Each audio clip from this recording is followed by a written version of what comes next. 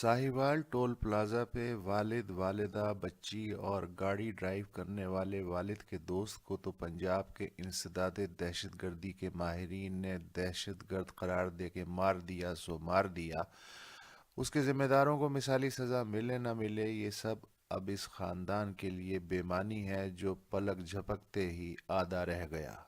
अगर हुकूमत पंजाब और वफाकी हुकूमत में वाकई इस सानहे के ताल्लुक़ से रमक बराबर भी संजीदगी बाकी है तो उस 10 साला बच्चे और उसकी 2 बहनों की पुलिस और मीडिया से ही हिफाजत कर ले, जो जिंदा बच जाने वाले सबसे अहम ऐनी शाहिद हैं।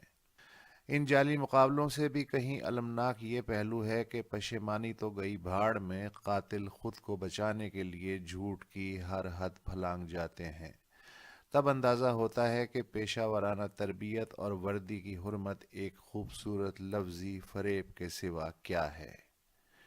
शायद आपको याद हो कि 20 मई 2011 को कोयटा के नवाही इलाके खरोटाबाद में एफसी की चौकी के करीब 2 खवातीन समेत 5 चेचन पनाहगुज़ीनों को मशकूक समझ के गोली मार दी गई। तस्वीर के मुताबिक एक औरत ने जख्मी हालत में सफ़ेद रुमाल भी लहराया, तब भी फायरिंग उस वक्त तक बंद न हुई जब तक उनके मरने का पूरा इत्मीनान न हो गया। फौरी सरकारी बयान ये जारी किया गया कि ये सब खुदकुश बमबार थे। उन्होंने एफसी चौकी पे दस्ती बम उछाले, एक फौजी भी शहीद हो गया। कोयटा के सीसीपीओ दाऊद जुनेजो ने प्रेस कॉन्फ्रेंस की कि इनके कब्जे से 48 फ्यूज़, 7 डेटोनेटर्स भी बरामद हुए और ये पांचों अपने ही दस्ती बम फटने से हलाक हुए। उन्हें मुसल्ला अहलकारों ने नहीं मारा। मगर पता चला कि मरने वालों के पास ऐसा कुछ नहीं था, ना ही कोई फौजी मरा। पोस्टमार्टम में भी तस्दीक हो गई कि लाशों पे गोलियों के निशानात थे, बारूद के निशानात नहीं। हाई कोर्ट के जज जस्टिस मोहम्मद हाशिम काकड़ के अदालती कमीशन ने सीसीपीओ समेत 3 पुलिस वालों और एफसी के कर्नल को जिम्मेदार करार दिया। सज़ा क्या मिली? नौकरी से मुअत्तली। नकीबुल्लाह महसूद को 3 दीगर अफराद समेत तालिबान दहशतगर्द करार दे के मारा गया और उनके कब्जे से भारी असलहा भी बरामद कर लिया गया। बाद में पता चला कि नकीबुल्लाह महसूद तो 100% बेगुनाह था और उसके साथ मारे जाने वालों में से 2 वो थे जो मरने से 1.5 बरस पहले भावलपुर से जबरी लापता हो गए थे।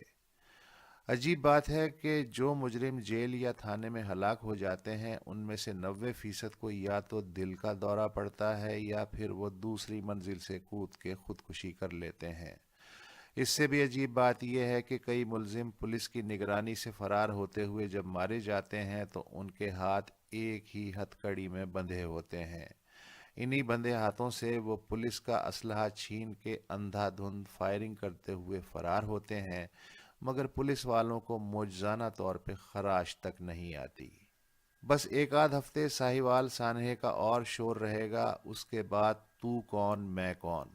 मरने वाले पहले वालों की तरह सिर्फ हिंद से बन के रह जाएंगे और कातिल मअतल या जबरी रिटायर हो जाएंगे और कुछ अरसे बाद मुझ जैसे एक बार फिर ऐसी ही किसी और वारदात का मरसिया कह रहे होंगे।